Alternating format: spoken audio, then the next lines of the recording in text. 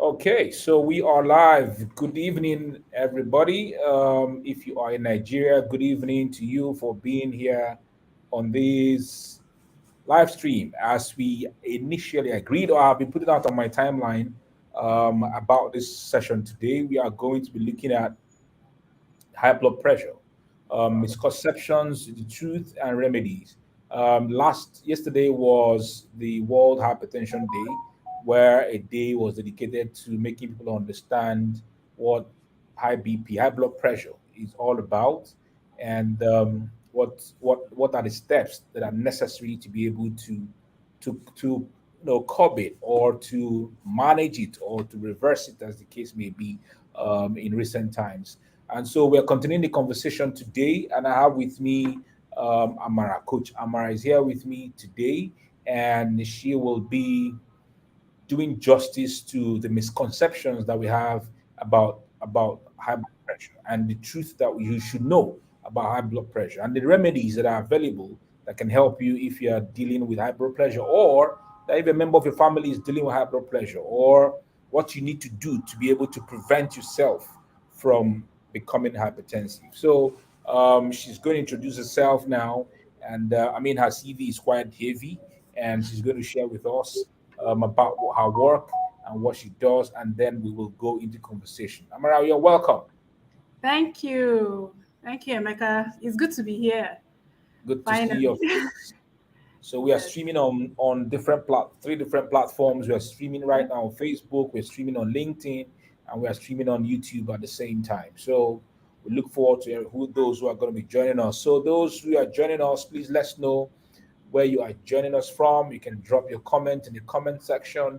Tell us the city you're joining us from, and we will say hello to you. All right. So let's dive straight into it. Amara wants us to have just 30 minutes to 45 minutes because she's a busy woman and she has to attend to other things that have to do with family after the day's work.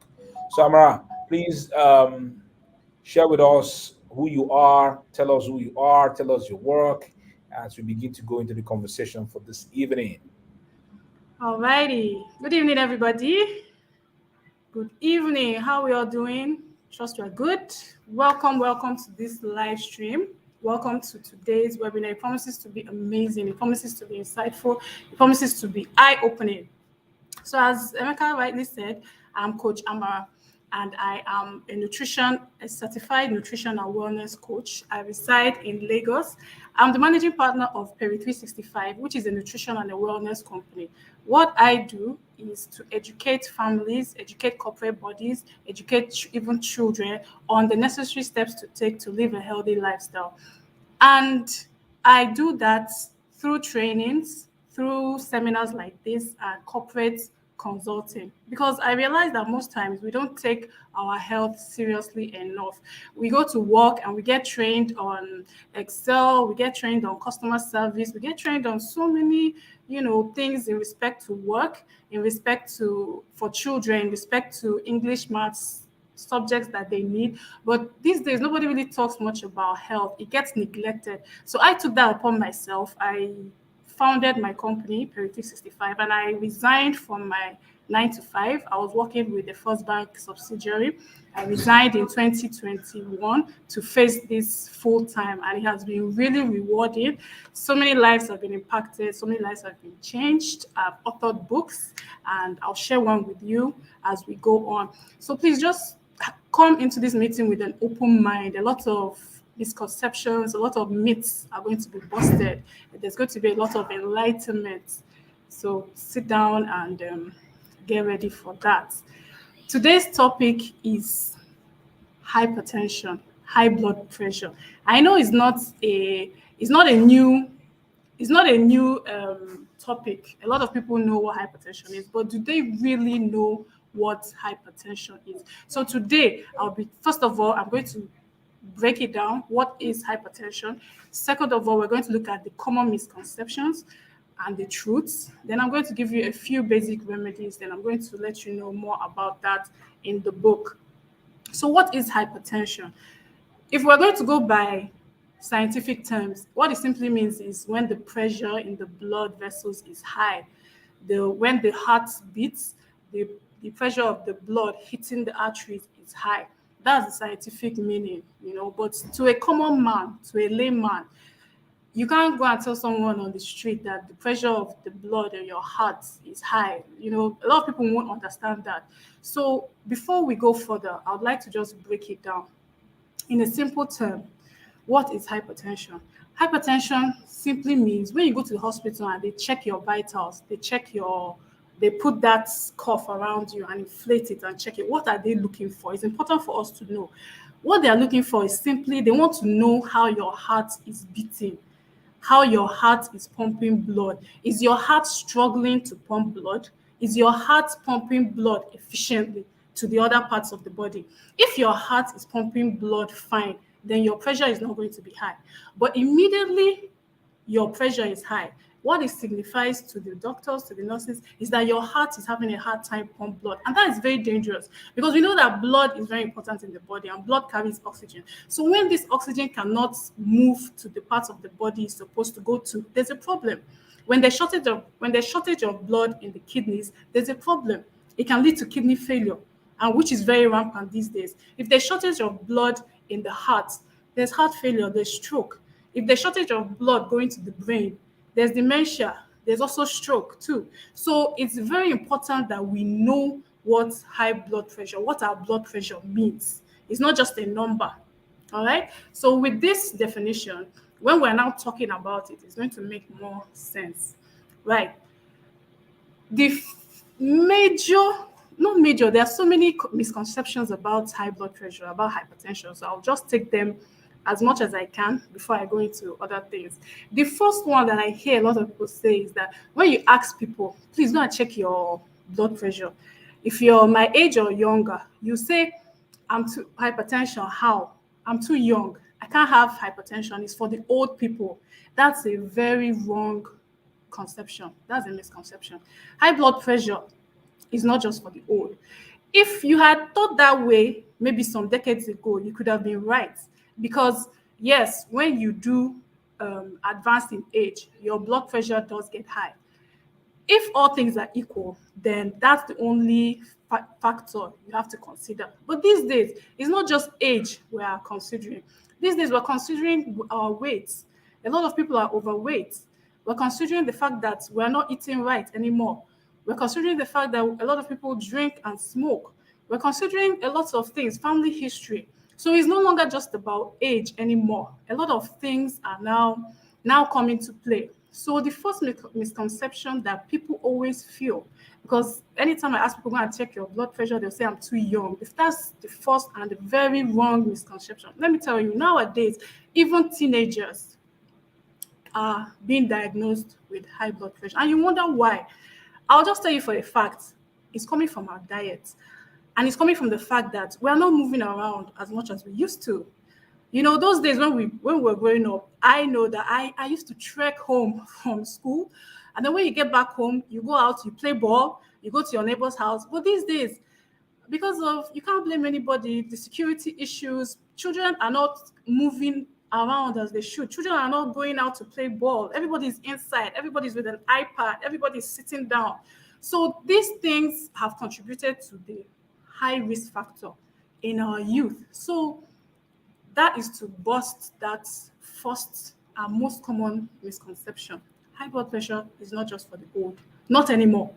The youth are also being affected. Now, the second one is when you go to the hospital, you take your blood pressure and they see that it's below 140, systolic and diastolic.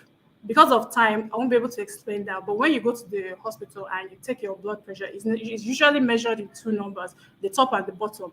So for me, one of the factors that I feel that is causing a lot of mismanaged hypertension in Nigeria is the fact that when you go to the hospital and it's below 140 and you ask, for those that do ask, because a lot of us, once they just take the vitals and send you into the doctor, most of us don't even ask, what's the number? How is it? Is it fine? But for some people that do ask, when they are told that it's below 140, they'll say, okay, that you're fine. That's a misconception. Even if your blood pressure is under 140, if it's between 130 and 139, it's still a cause for alarm. And I think that's the reason where we have gotten it wrong. Because we keep feeling that we are fine, we're fine, we're fine. And what is going on inside is continuing, to go on without us seeking adequate treatment, without us adjusting to our lifestyle. So the second misconception concerning high blood pressure is that the normal range is below 120. Please, once it starts to rise above 120, you are on your way to full hypertension. So don't let anybody kid you that it's below 140. Oh, you're fine. That's the number in Nigeria. In other places around the world, once it's 130, over 130, they're already telling you how to adjust your lifestyle and all that and get ready to treat hypertension in case it comes. But I found out that in Nigeria, once is all they're looking out for is 140, and that's a misconception. Okay? Please, if you have any questions, just keep them to the end of the session. Another misconception that people have about high blood pressure is that, okay, hypertension is mostly about diet, right? It's mostly about salt. Because I noticed that anytime you talk about hypertension, people talk about salt. People, their mind just goes straight to salt. Okay, I need to stop taking salt. And so when they stop taking salt, they believe that I'm fine or I can't have hypertension anymore because I don't take salt. I know those days growing up, anytime you finish cooking, you just whether it's salt, whether it's tasting well or not, you just put salt. So people have stopped doing that now and feel that they are fine. The truth of the matter is that no, salt is not the only factor that contributes to high blood pressure. So you could even not be taking salt at all and you still have hypertension. That's the truth. And the truth of the matter is that salt doesn't affect everybody the same way. There are some people that are salt sensitive and there are some people that are not salt sensitive. So it varies. So you can't say because you're not taking salt that you're fine. No. So the third misconception is about salt. Whether you take salt, whether you add salt, whether you're eating too much salt or not, it may or may not affect hypertension. So you don't need to just focus on salt only. Then another one, I'm looking for the key ones that I can give you now. Another one is I hear a lot of ladies say, "Oh, it's the men now. It's the men that are prone to hypertension. So we that we are women, it doesn't really affect us. So let's just be doing what we're doing. It's the men." I'll tell you where the truth in that is. It's half true. It's half true, but it's not totally true. I'll say that it's half true because yes, men are actually more prone to hypertension. They say to be a man is not easy. If you're a man and you're looking, you're watching, it's not easy. You need to take it really easy because nature is really not on your side. Do you understand? Just being a man alone is enough for you to have hypertension, right? And it's more of a nature thing, it's more of hormones because men have a lot more testosterone running inside them. So once they hit puberty and there's so much of that hormone within them, that hormone causes the blood pressure to rise. So yes, men are prone to hypertension. However, at the age of 55, when women are facing menopause, right, that changes. So now the women become prone to hypertension. So if you say that men are prone, you are correct. If you say that women are prone, you're also correct. So the important thing is to know when you are prone and what to do.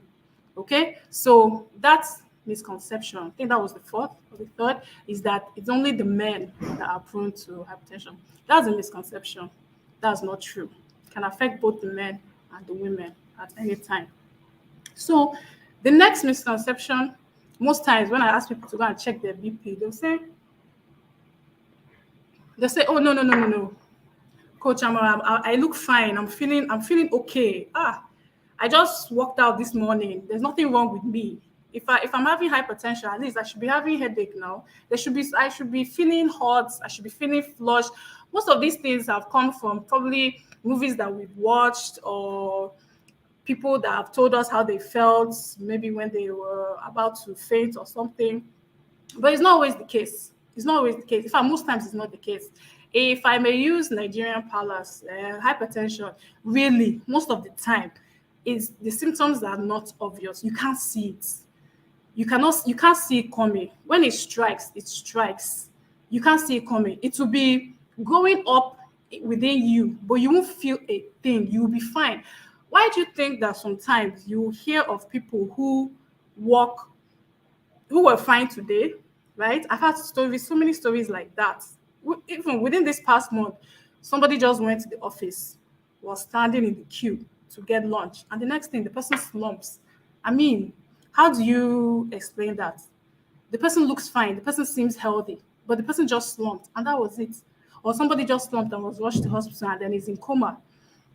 But the person looked fine. The person looked okay. The person wasn't manifesting. Why? The truth of the matter is the body had been crying out for help, but the blood pressure was probably ignored. It wasn't taken seriously. It wasn't measured. So it wasn't cut, it wasn't nipped in the bud, which now led to the person, having those serious attacks.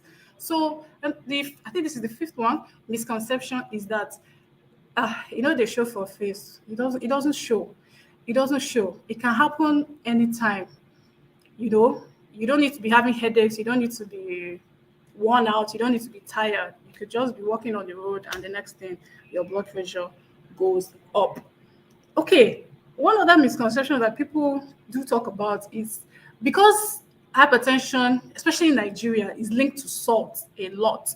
So people that like salty food switch to, or they think they are switching to a healthier salt, which is sea salt, right? So they say, okay, since we can't take salt, it's bad. Let's go for the natural salt, which is sea salt. Since it's natural, I can take a lot of it. That's just, it's a misconception. The truth of the matter is your sea salt and your natural salt, they both have 40% sodium and 60% chloride. They are the same composition.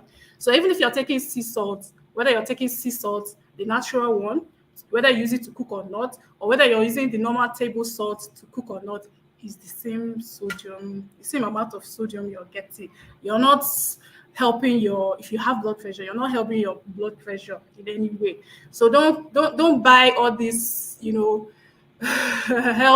health quacks or health adverts. Sea salt is more healthy, buy it, and it's actually more expensive. So just don't bother wasting your money. If you are using the table salt, use the table salt, right? If you like sea salt, use it, but it doesn't mean that it's more healthy. So that's another misconception, because a lot of people are bought into so many health quacks, so many health misinformation, because they want to cut down on their time. Emeka, how am I with time, so that I know whether I go to another?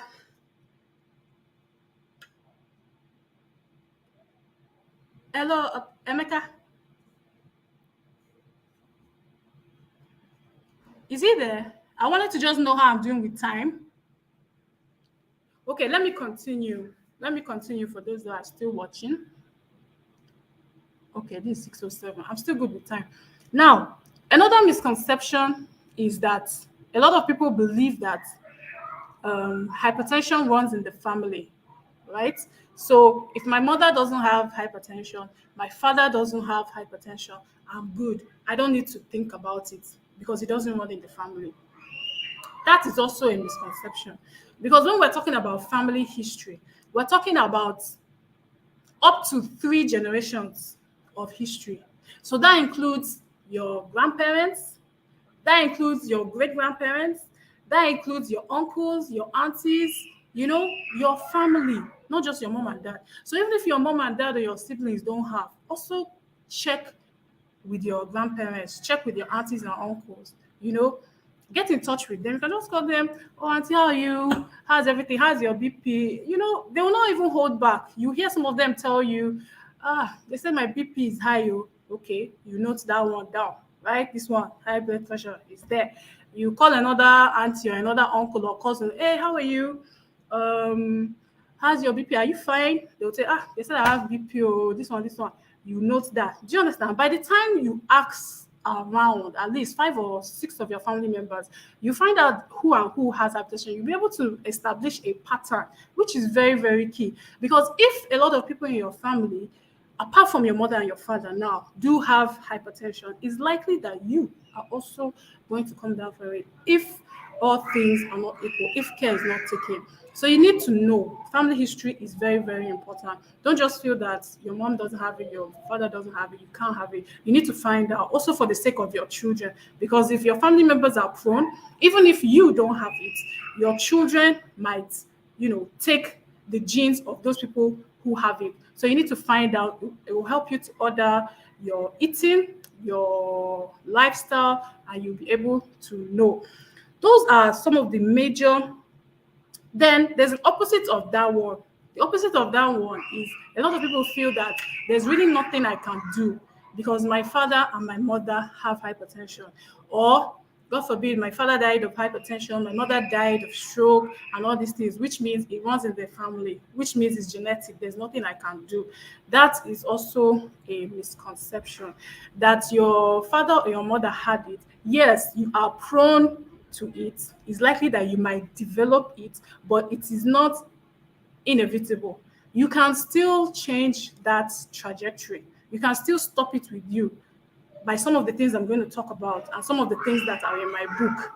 If you go with those things, if you look after what you eat, if you take care of your if you take care of your feeding, your lifestyle, what you drink, you move around, exercise, then more than likely you are going to be able to stop hypertension from getting to you and your children.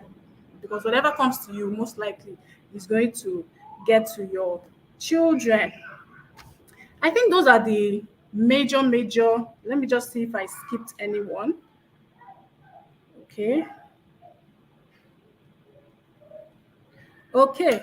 So you know how when you get to the hospital, they take your BP and it's high, right? And they ask you, "Oh, what have you been thinking about?" Ah, you're overthinking. You need to rest. I think that is also one thing that has made it something that we trivialize because we just feel that okay, I'll go and rest, I'll go and sleep, and I'll be fine. Yes, stress has a large role to play in you developing or the risk factor in developing hypertension, but it doesn't mean that if you just go and rest, if you are hypertensive, you just go and rest and it goes. There's actually more that goes inside the body than just rest. So these are the main misconceptions. If there's anyone that I missed or anyone that you have heard and you're not too sure about, probably you could ask some questions. You could ask me if you need clarification on anyone, then I'll clarify before we go on to the next section. Yes, Emeka, are you there?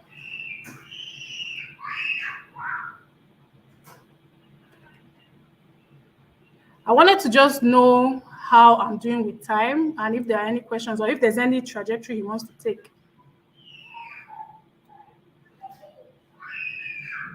Before I go into the next, I think Emeka is out of the session. Okay, so while I'm waiting for him to come back on.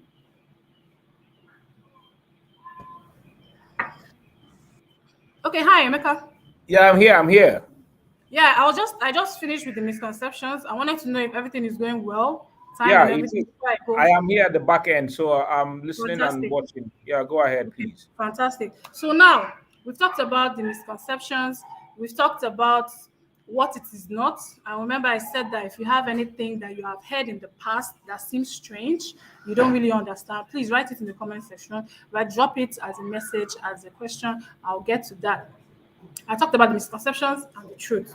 So now, if you have it or if you want to prevent it, what are some of the things that you need to do? What are some of the things that you need to do? I like to say it this way. I like to say, number one, know your numbers. Know your numbers. It's very, very important. It's very important. A lot of us know numbers of other things, but do we know our blood pressure reading? Do we know our average blood pressure rate? Do we know it? Yeah? When we wake up in the morning, we take our phones. The first thing we're checking is the number of possibly followers we have, or the number of people that have followed, people that have liked us, or we're checking the money in our bank account. Those numbers are very, very important, yes.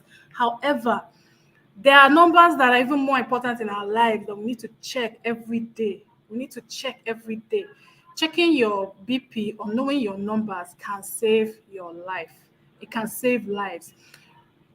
In Nigeria now, right, there are about 70 to 80 million people with high blood pressure. Around the world, it's close to 1.5 billion.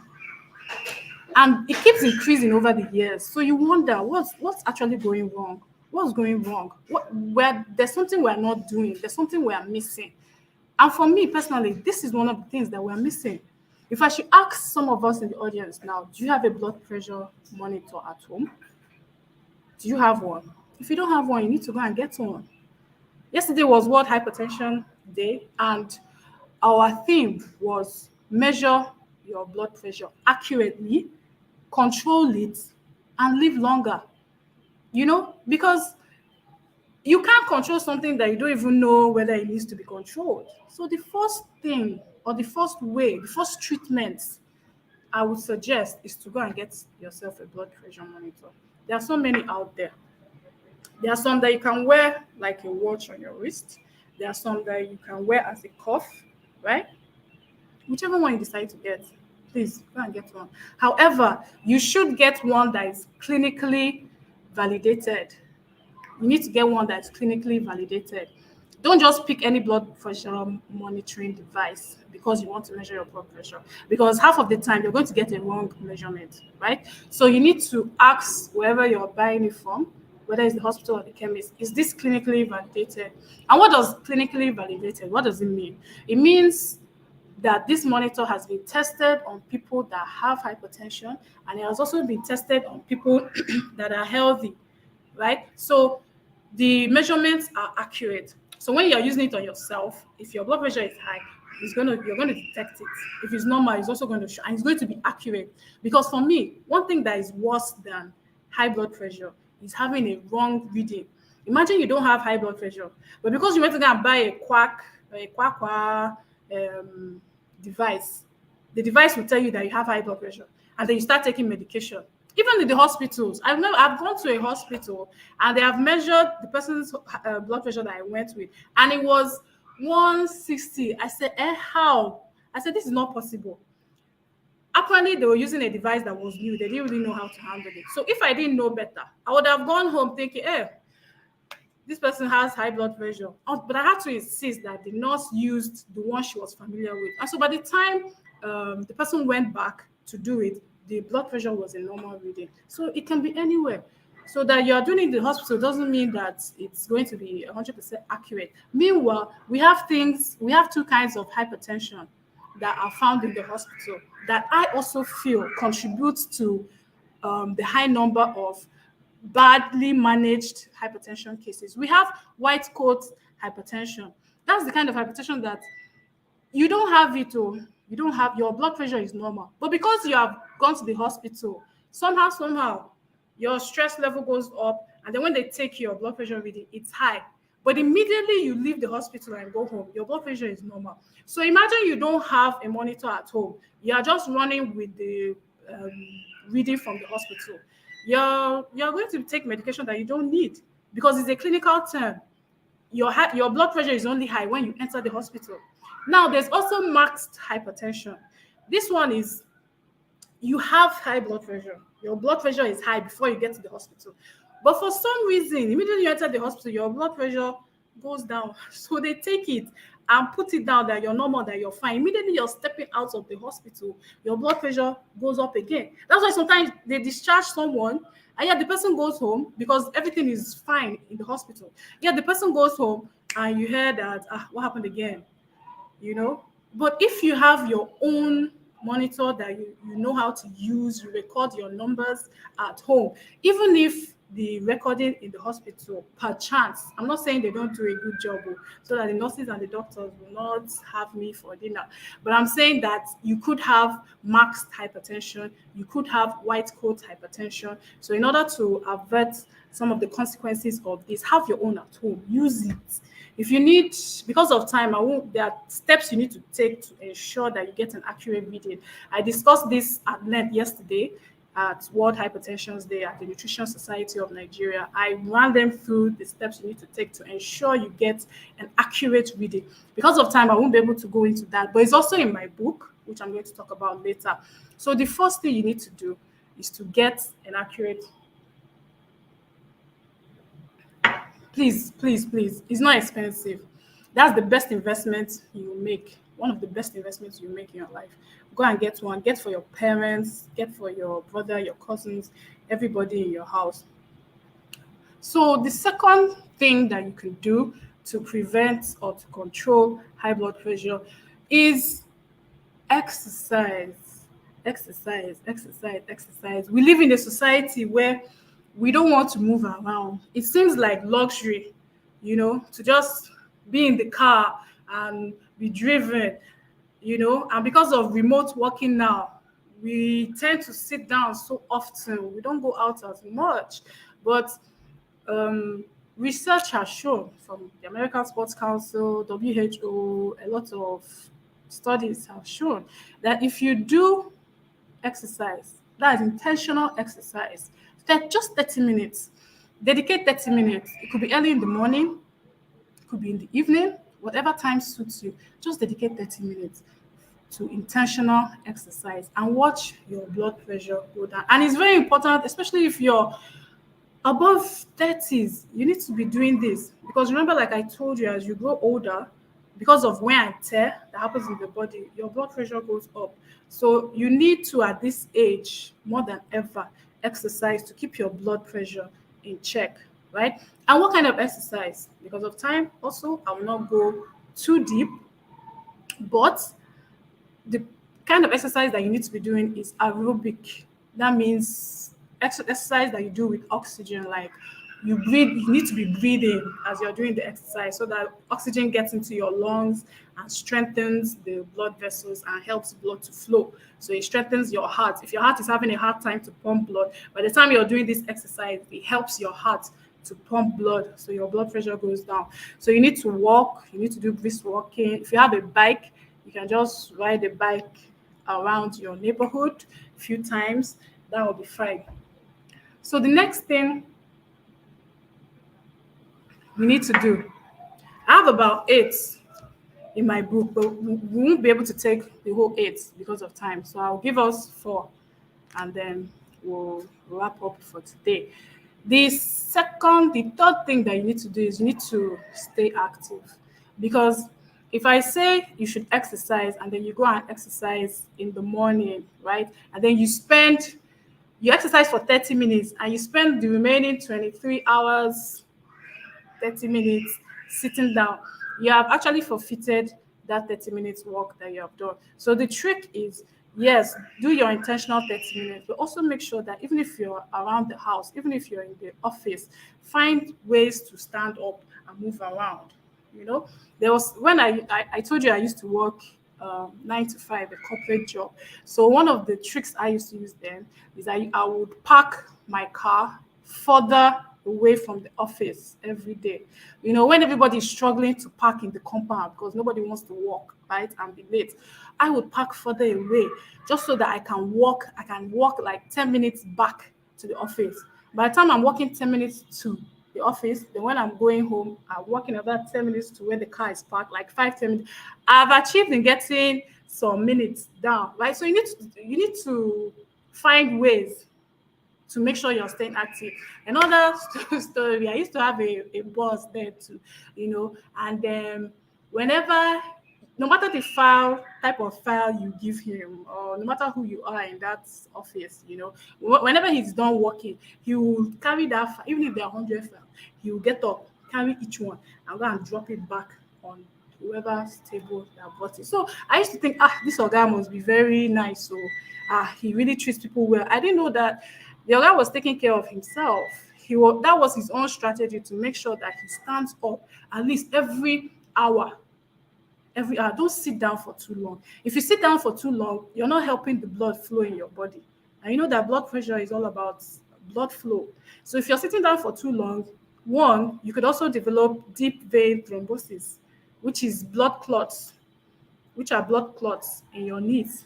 So when the blood clots, they escape the blood vessels and can go into places like your kidney artery, your kidney veins or vessels and cause problems. So you don't want to sit down that long. When you stand up, you give your blood, the blood in your legs, time or opportunity to flow. But once you sit down more than an hour, you're already at risk of developing blood clots. So sitting down actually aids to your blood pressure rising. In fact, these days they say that sitting down is the new smoking. It's worse than smoking. Smoking is not even as dangerous now as sitting down. Yes, smoking is not as dangerous as sitting down.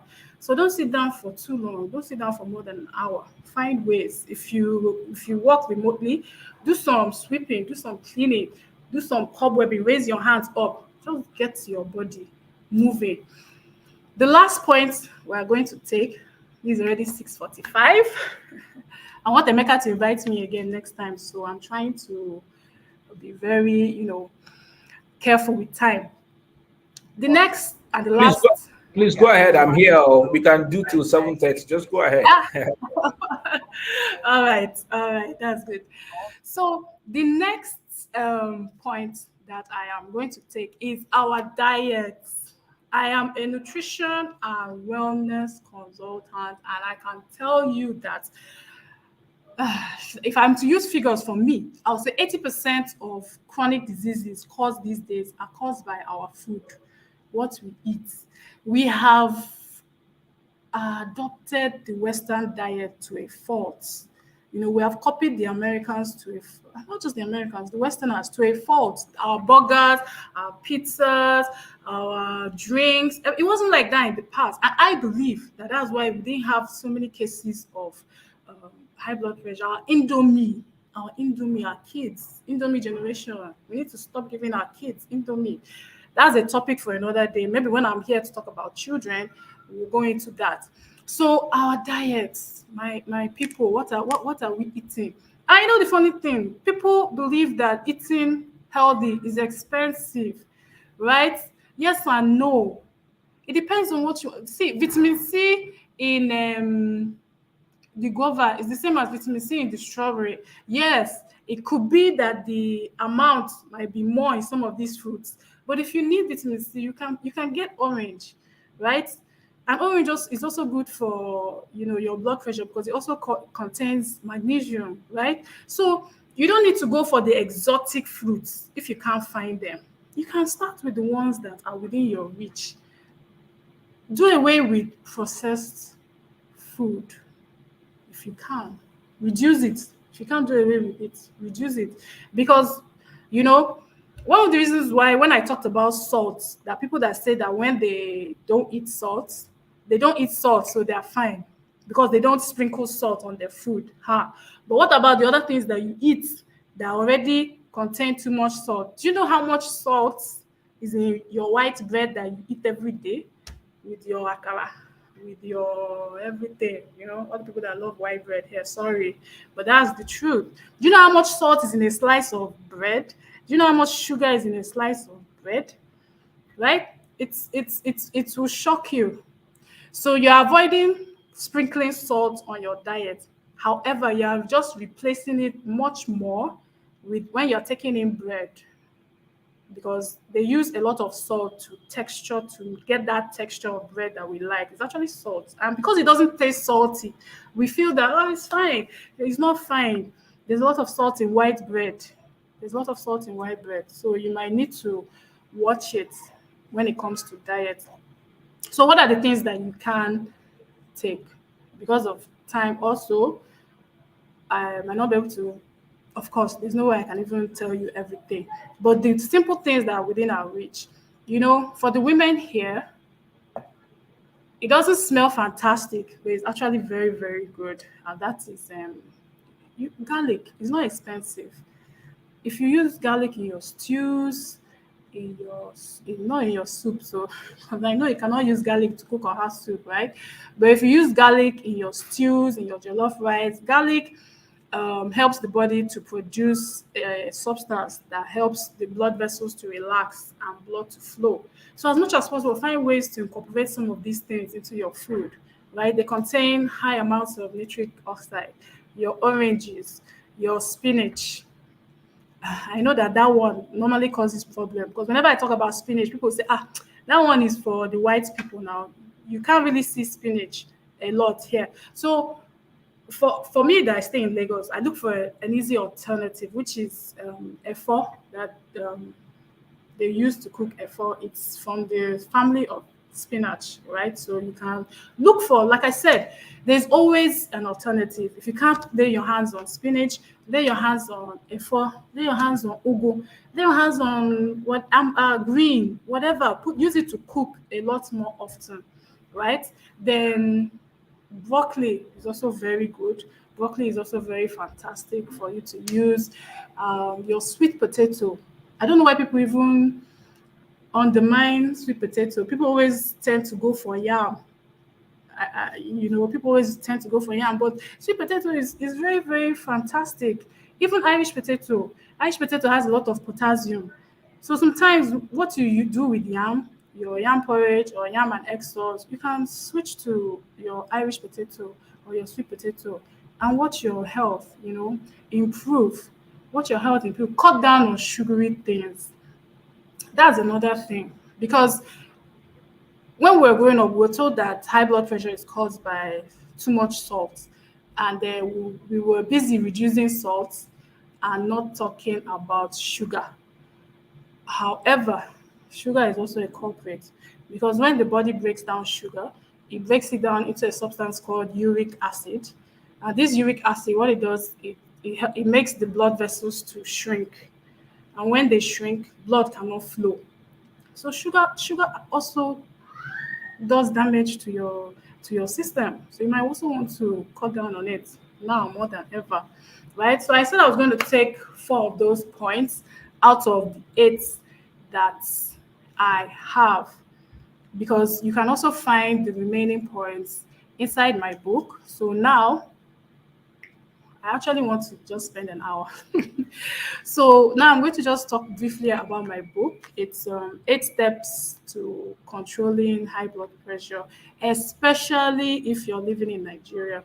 Because the truth of the matter is, high blood pressure is really, in actual sense, a black man's disease. Yes, if you're Black American, if you're Black African, if you're African, really, if you're Mexican, Asian, Indian, it's your chances of getting hypertension is higher. It's a black man's disease. Yeah. So unlike the whites, we know the diseases of the whites. They are prone to dementia. They are prone to Parkinson's disease. All those kind of autism, all those kind of things. When you bring it down here, once you're a Nigerian, in fact, it's like your risk doubles. If your counterparts in other countries don't even get it, once you're a Nigerian, you are most likely prone or you're most likely to develop high blood hypertension. So it's important for us to know this. It's important for us to know this. And so my book is really, really for Nigerians, really, really for Africans. It talks about the steps we can take as Africans. It talks about some of the stress management techniques because we go through a lot of stress. Even the noise of our generator, of your neighbor's generator, is stress.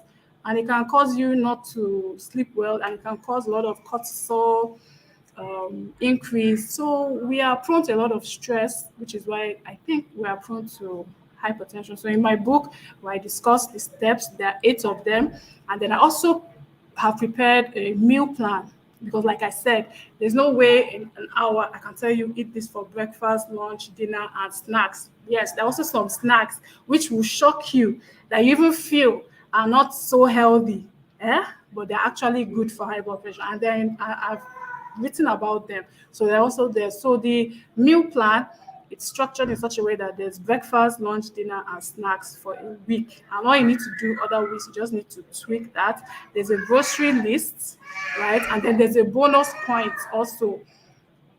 After the 8 steps, there's also a bonus point for you to digest, especially if you live in Nigeria. So the book is awesome. Thank you, Emeka, for having me. Thank you, everyone, for listening.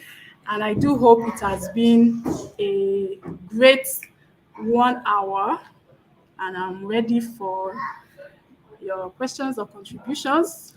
Like Emeka said, we all have family family stuff to go and attend to. Yeah. Okay, thank you so much, Kushamara, for the session. Thank you for everything that you've taught during the session. I don't know if guys have questions to ask, but if you got questions to ask, please drop the questions in the comment section and she will answer. Okay, so sorry, Amara, there's this thing that people have always, I've been asking if it's absolutely feasible. I think there is always this, I don't know, it's like a fight between the traditional medical doctors and the people who are focused on nutrition. I belong to certain groups and where we discuss things that, different things from health to technology to spirituality, a whole lot. And I see this fight come up all the time. And over time, also, I've been hearing on radio. The thing is this: if somebody has high BP, for example, the blood pressure has been maybe 160 over, the person is on medication, is it possible to completely reverse it or to cure it and the person will be completely off drugs? Is that absolutely feasible? Thank you, Emeka. That's a very good one. Now it is absolutely feasible. It's absolutely possible. High blood pressure is not a death sentence, like I always tell people, and it is reversible. It is very, very much reversible. So a lot of times they'll tell you things like once you start medication, you can't stop. But I have seen people who have taken medication and have stopped and they are doing pretty well. However, carry your doctor along. Carry your doctor along because you know that there are people who take medication because they have what is called borderline hypertension. It's between 130 to 140, but yours might be 180. I don't know whether you understand.